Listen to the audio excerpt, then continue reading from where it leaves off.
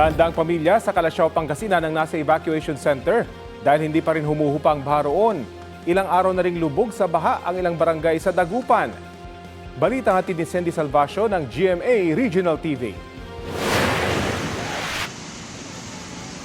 Binabaha pa rin ang mga barangay at kalsada sa Dagupan City. Pinapalala ito ng high tide. Sa barangay Bunuan Gasset, lubog pa rin sa baha ang mga bahay. Si Nanay Vicky, hirap daw makahanap ng maayos na tulugan matapos pasukin ng tubig ang kanilang bahay. Nasa lamisa lahat, kaya walang magamitan, walang pagkainan. Dati-dati hindi kami umabot hanggang sa loob. Ngayon talagang abot na abot. Sa huling datos ng CDRRMO, nakararanas pa rin ng baha ang lahat ng barangay sa syudad.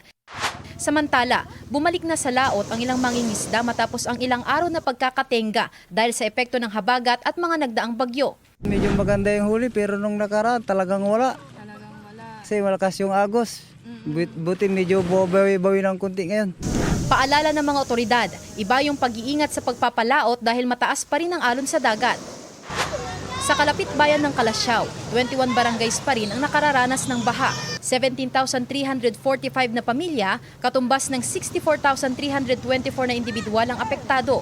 Although paunti-unti po ay humuhupa na, lalong-lalo na po doon sa hindi naman inabot ng lagpas taong tubig baha sa kanilang area.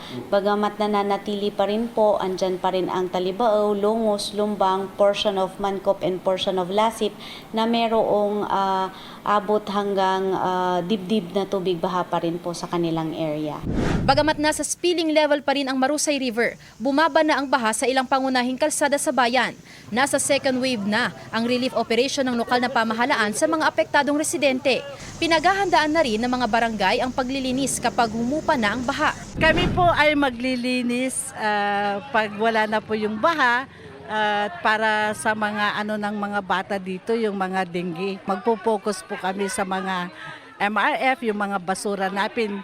Ililigpit po namin, hahakutin lahat. Nasa 349 pamilya pa rin, katumbas ng 1,286 na individual ang nananatili sa mga evacuation center sa Calasiao.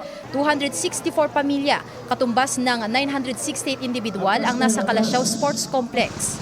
Patuloy ang abiso ng MDRRMO sa mga naapektuhan ng baha na mag-ingat at magpakonsulta agad sa doktor kung nakararanas ng lagnat o sintomas sa sakit na leptospirosis. Sandy Salvacio ng GMA Regional TV, nagbabalita para sa GMA News. Binaha ang ilang panig ng Kalintaan Occidental, Mindoro. Nagmisulang ilog ang kalsada sa Barangay Poblasyon at Barangay Iriron. Hanggang tuhod ang tubig. Hindi yan madaanan ng maliliit na sasakyan kaya marami ang stranded na motorista. Umapaw naman ang ilog at umabot sa Anahawin Bridge sa Barangay Poblasyon. Abot tuhod din po ang baha. May mangilan-ngilang sasakyan na nangahas na tawirin ang tubig.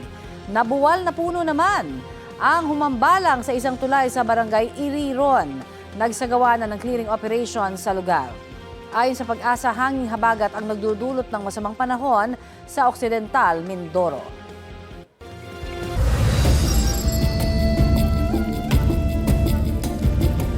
Update tayo sa ilang barangay sa Calasiao, Pangasinan kung saan humupa na ang baha. May ulat on the spot si Sandy Salvacio ng GMA Regional TV. Sandy?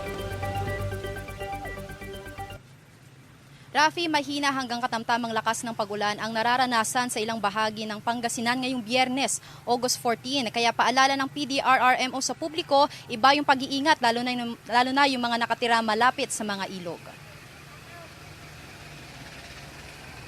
Humupa na ang baha sa ilang barangay sa bayan ng Calasiao, Pangasinan. Isa rito ang Barangay Dinalawan na nitong mga nakaraang araw lang nakaranas ng pagbaha. Ngunit mabilis din daw humupa dahil sa paghina ng mga pag-ulan. At para mabawasan pa ang mga naipong tubig at mga putik dulot ng baha, nagbayanihan ang mga residente at barangay council sa pagtatambak ng lupa sa ilang binahang sityo. Bumaba na rin ang antas ng baha sa mga kakalsadahan sa bayan ng Calasiao. Gayunman, ayon sa Calasiao MDRRMO, 21 barangays pa rin ang nananatiling lubog sa baha. Aabot sa 4 na talampakan ang pinakamataas na antas ng baha na naitala sa bayan. Sa huling tala ng Office of Civil Defense Region 1, bumaba na sa 57 barangays ang nananatiling baha sa buong Ilocos Region. 86 na rin sa mga barangay ang tuluyan na raw na humupa ang baha. Rafi, sa kabuang datos ng Civil Defense ay umabot na sa mahigit 240,000 na pamilya, katumbas ng mahigit 800,000 individual ang naapektuhan ng mga nagdaang bagyo at hagupit ng habagat sa buong Ilocos Region. Rafi. Maraming salamat, Sandy Salvacio ng GMA Regional TV.